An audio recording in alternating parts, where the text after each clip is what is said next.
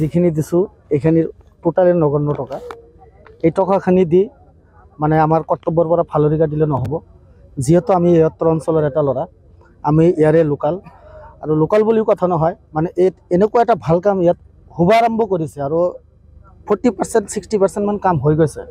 মানে এইটো দেখি আজি মই বহুত আনন্দিত হৈছোঁ আৰু মোৰ ভাষা নাই এই মানুহবিলাকক যেনেকৈ শ্ৰম দান কৰি আছে ইহঁতক ধন্যবাদ জ্ঞাপন কৰাৰ। মানে ধন্যবাদ জ্ঞাপন কৰিলে কৰ্তব্যটো শেষ হৈ যায়, কিন্তু মই ইহঁতক ধন্যবাদ জ্ঞাপন নকৰোঁ, কাৰণ এইখিনি কাম ইহঁতে যেতিয়া কৰি দেখুৱাব আল্লাহ তাআলাই ইহঁতক আৰু কামখিনি ভালকৈ কৰাৰ কাৰণে তৌফিক দান দিয়ক। সকলোৱে মোৰ অন্তৰৰ তৰফৰ পৰা বিশেষভাৱে ধন্যবাদ জ্ঞাপন কৰিছোঁ।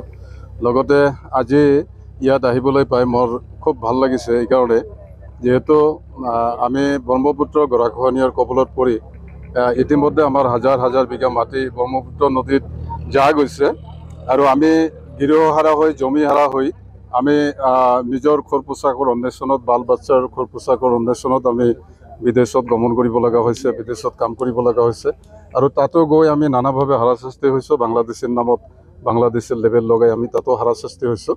গতিকে আমাৰ এইখিনি কাম যে আমাৰ অত্ৰ অঞ্চলৰ ৰাইজে ইমান ধুনীয়াকৈ নিজে ইনিচিয়েটিভ লৈ গভৰ্ণমেণ্টক তহকা নকৰি তেখেতসকলে নিজৰ ডনেশ্যনেৰে বিভিন্নজনে ইয়াতে ডনেশ্যন আগবঢ়াইছে। কাম সুন্দৰভাৱে হৈ আছে। মই আশা কৰোঁ অত্ৰ অঞ্চলৰ ৰাইজে সকলোৱে ইয়াত সহযোগ কৰিব, আৰু লগতে সকলোৱে পাৰে মানে যোনে যিমান পাৰে সকলোৱে ফাইনেন্সিয়েলি ইয়াতে হেল্প কৰি আমাৰ কামটো যাতে সম্পূৰ্ণ কৰিব পৰা যায়, এই আহ্বান মই ৰাখিম।